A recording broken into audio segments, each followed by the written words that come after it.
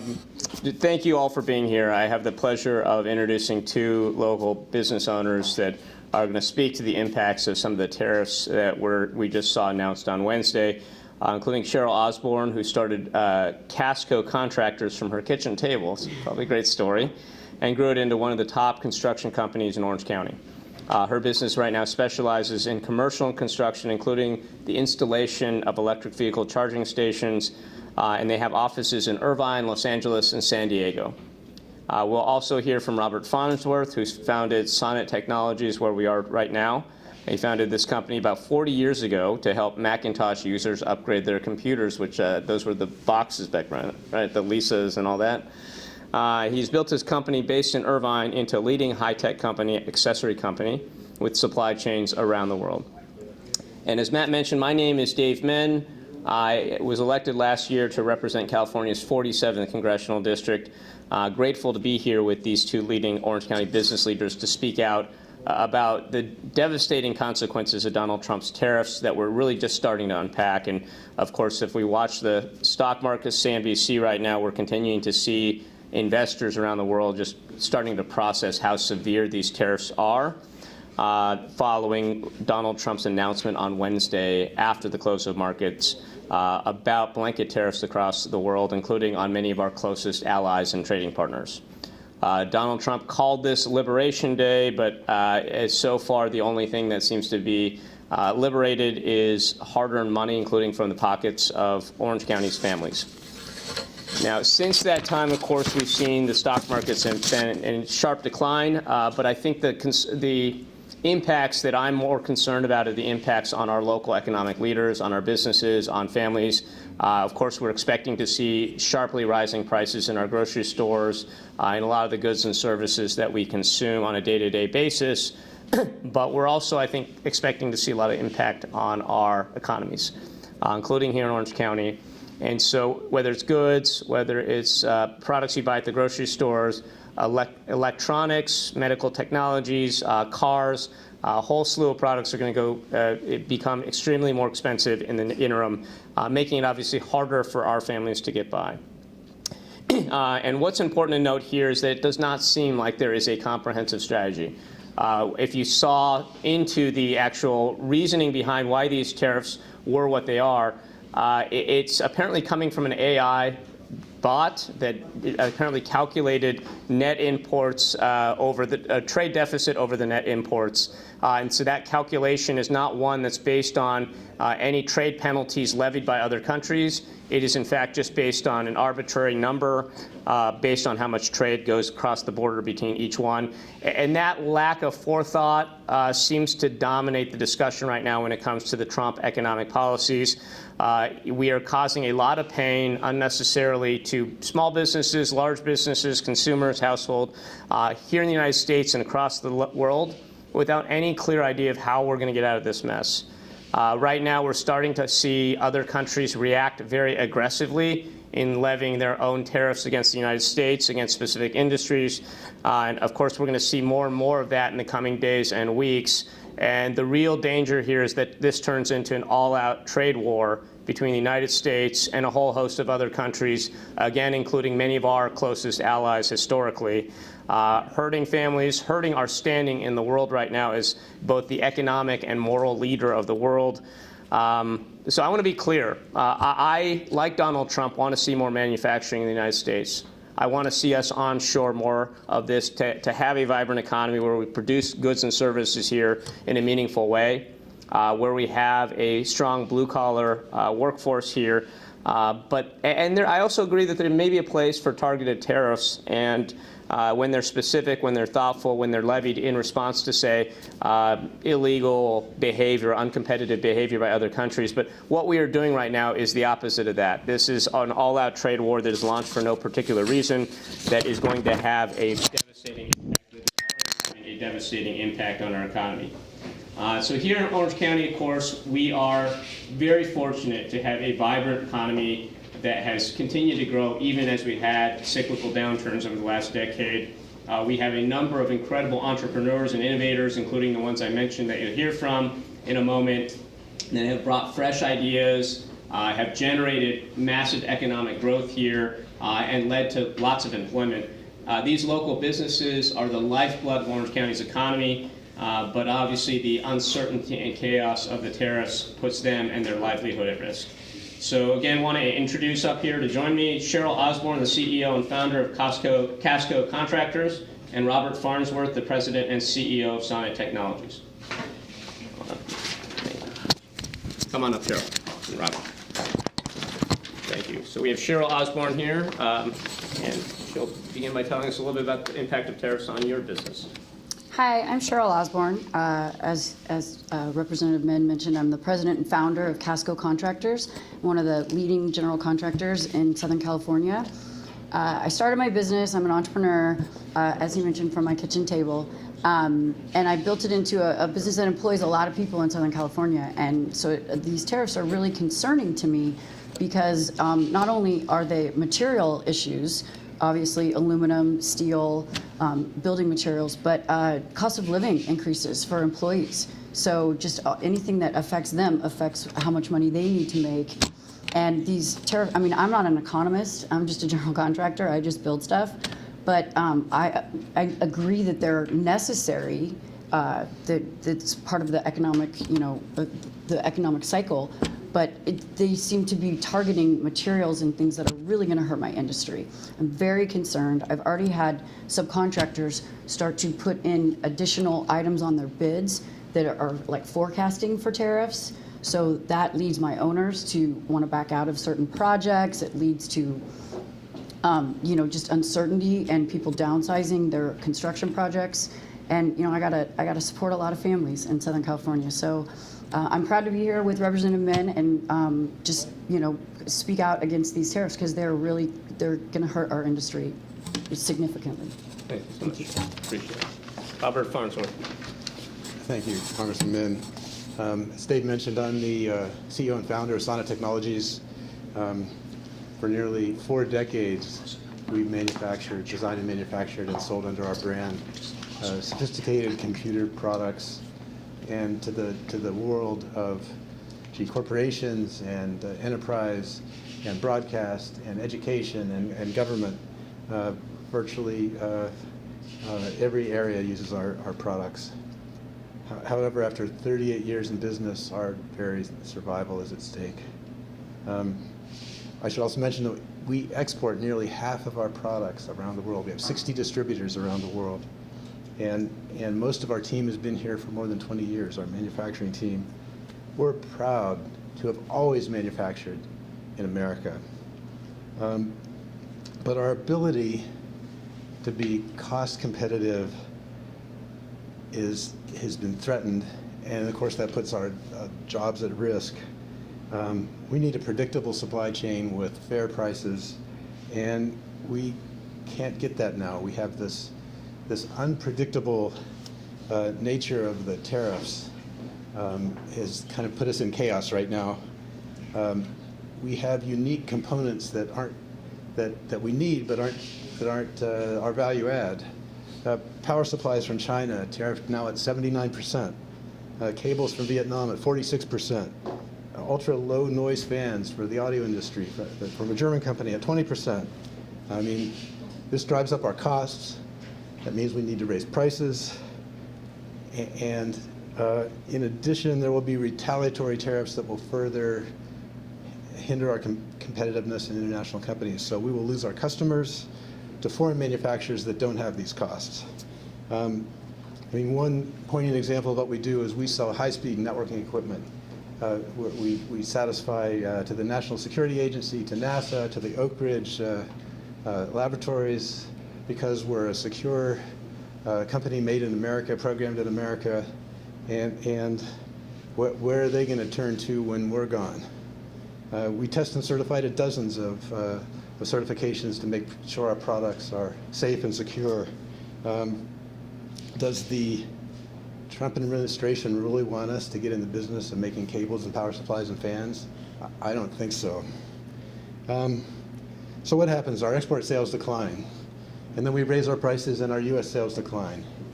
And then what happens? We have fewer sales. We start losing money. We can't invest in the future, we can't innovate, and then we start to face the very real question of whether we can survive, whether we're going to start a downward spiral. Of course, we want policies that support American manufacturers. That's what we are. But the tariffs, which were broad and large, have just the opposite effect. Instead of protecting us, they're putting our company in jeopardy and cutting us off our access to fairly priced components of our manufacturer could start this downward spiral.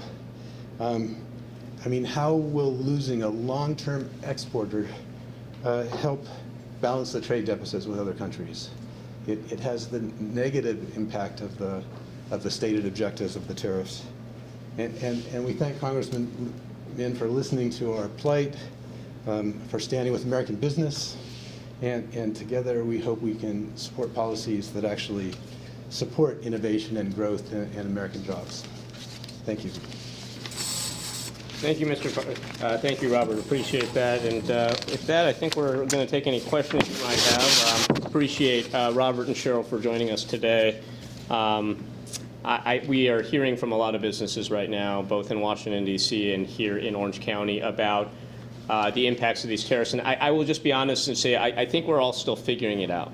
It's so early. We haven't yet figured out what other countries are going to do in response. We haven't figured out if the Trump administration is going to respond in kind when other countries like China and Germany start raising their tariffs against U.S. products and exports. So we're processing this. We're processing what will happen with our economy. And I should remind you all that I used to be a law and economics professor. Like Donald Trump and most of the Trump family, I'm a Wharton graduate. So I did study economics a long time ago, and I don't pretend to be an expert in tariffs, but the last time, as we all know, that we tried tariffs in a major way like this, that led to the Great Depression in the 1930s. And most economists draw a direct line between those Smoot-Hawley tariffs and the depression that we then saw. And right now we're seeing, so far, the markets react as if they're anticipating a major downturn. This on the heels of a actually very encouraging jobs report that we just got, dating back really to January and February, the economy that the Trump administration inherited. So we know that the baseline economy looked strong going into this quarter, but right now we are running a very real risk of a very severe economic downturn based entirely on unnecessary and thoughtless policies enacted by this administration right now. But with that, happy to answer any questions you all might have. And if not, yes. President Trump said this morning that Vietnam is ready to bring down their tariffs to zero if the U.S. is willing to talk. And do you believe that Trump administration is going to do the same to Vietnam as well? And do you expect other countries to follow this tactic? Again, I think it's too early to see what will happen. Right now, we just know that Trump announced these tariffs on Wednesday after the markets closed. So far, I think other countries are deciding what to do. I think it'd be great if we could get back to de-escalating this. I hope the Trump administration will start to entertain these. I also hope that they don't end up being punitive. In a parallel set of actions, we have watched in horror as the Trump administration has targeted individual law firms and threatened to bankrupt these law firms unless they agree to major concessions to him personally. I hope that these tariffs are not used to negotiate country-by-country deals that benefit Donald Trump personally or anything like that, because that would be against the law. It would further undermine our democracy. But I hope we can get back to common sense on just tariffs and economic policy. Can I add some color to that question? There's a misunderstanding that when Trump put up the chart that said, here's the tariffs, what that was really calculated on was balance of payments deficits. So Vietnam, on average, has a 3% tariff.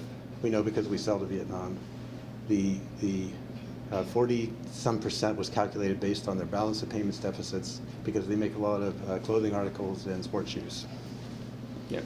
And again, if you didn't, I think this has been picked up by a lot of the major media, but to Robert's point, it looks like the way they calculated the tariffs was to basically take half of that current accounts deficit divided by imports. So they took what is the trade deficit, divided it, or maybe it was imports and divided it by the trade deficit. or vice versa, one of those two, which is not an accurate way. All that's saying is how much is Vietnam selling to the United States versus us selling to them. It has nothing to do with their trade policies or tariffs. As this is very unsophisticated, it really is not a very good way of trying to assess any kind of trade policy. You also saw, I think, infamously, them including a lot of territories that are not countries, including the one that is not populated by people and only by penguins. So obviously, this was not a very thoughtful process that went into developing these tariffs. Yeah, Congressman, how do you view about China's tariff retaliation today?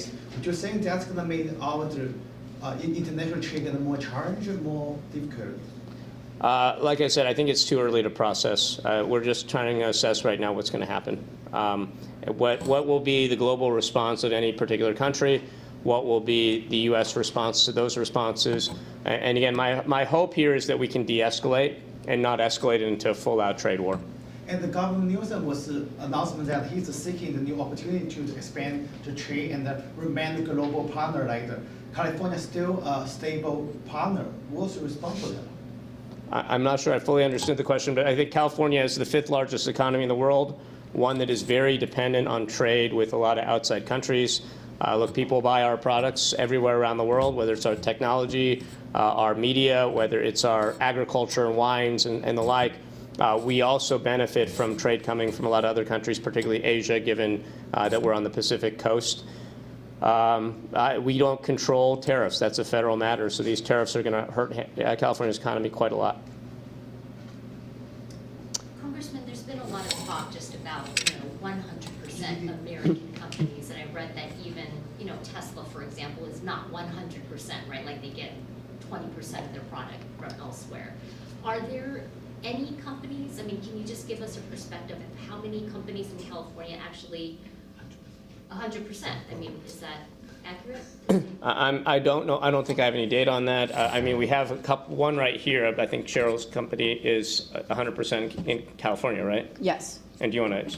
Yeah, we're 100% in California. I'm sorry, I didn't understand the question. I mean, just basically, talking about how much we, rely on Trade, yeah. Trade between other countries. Well, and your Yeah. 100% American company But- relies on. And most of our products are imported. Our switchgear, our electrical components, those are all imported. The lead times have become significantly larger.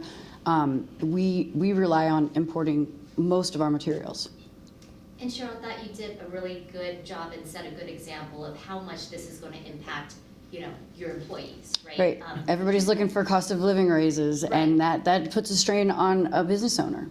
Could you give some examples of just how it's going to boil down to the consumer? Like, give us an example of a product that may go up, like you're going to have to raise your prices, if I'm doing like a home remodel. Well, every contract we're signing now has a tariff clause, and so we have lots of owners that are backing out of their plans for building because they don't know what it means to they could have a 30% rise in their steel. And I mean, I have a project right now in LA, and the owner's actually from Spain, and they're significantly worried that their cost might go up 30%. That's like $3 million. So it's very concerning.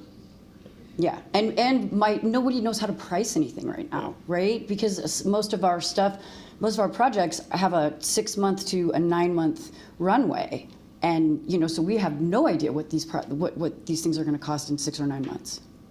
So for now, you haven't raised prices yet, and you're just trying to wait and see? So we have that clause, so we can raise prices, but a lot of our vendors, because we rely very heavily on the local subcontractors, and basically we raise our prices based on them raising their prices to us. So it just basically flows up to the owner, consumer, yeah. So in your case, you're saying potentially customers back out because you have these built-in escalators that will increase prices, but they don't actually know at this point. They're worried that the prices might jump up a lot. Uncertainty is the biggest factor in people's fear. Like they're just afraid. They don't know. And once you start a construction project, you can't really just decide to stop it. And so it's one of those things where we have to plan for the increases, but we don't know what they are. And this is a company that's based entirely here in Orange County. Yeah, Orange County, LA, and San Everything in Diego. Orange County, but like all companies, you rely on foreign inputs, foreign goods and materials. Right. Yep, and just as you heard from Robert Farnsworth as well. So I think that's the concern right now is even companies that are based entirely here, like Sonnet Technologies, where we are right now, manufacturing everything here, rely on inputs, materials from other countries, and so that is going to jack up their costs. At the same time, we're facing an inflationary environment on the things that we buy. We know our groceries are going to go way up. Cost of construction is going to go way up. A lot of the things that we're looking to buy right now, just to get by on a day-to-day basis, are going to go up in price. So those cost pressures are real. Employees will want to make more money, but we're facing a very, very depressionary environment right now as far as the business outlook for a lot of businesses in the United States. And so that's the grim news we're facing right now, and I wish we had something happier here, but I really do appreciate you two sharing your stories. And we're going to continue to hold these types of roundtables to hear from businesses. Keep that open door because we want to hear what is going on. My goal here in part is to share these stories with my colleagues when we get back to Washington, D.C. next week. And hopefully a lot of them will have stories like the ones that we're hearing today. And we can convince some of the folks that might be a little closer to having Donald Trump's ear to maybe back off. And some of you have probably seen that there is a bill moving in the Senate right now that would put a 60-day window on any new tariffs for Canada. And if there was not a vote to approve those tariffs by Congress, that those tariffs would automatically expire. And that may be something we look into doing more with the tariffs that were just announced on Wednesday. But I'll be honest and say I think a lot of us are just processing this. We're reading the news. There's a lot of uncertainty out there among the business community we're hearing, but also among us in Congress because we're still trying to figure out the impacts of this. And myself being in the minority party, we're trying to figure out the political impacts. Is this something that we can, is the damage severe enough already that maybe we'll get some Republicans in the House and Senate to break with Donald Trump, something we really have not seen yet, to oppose what I think are very clearly disastrous, ruinous policies. But with that, thank you very much for being here today. Appreciate your time, and thank you to our business owners here. Sure, super nice to hear you.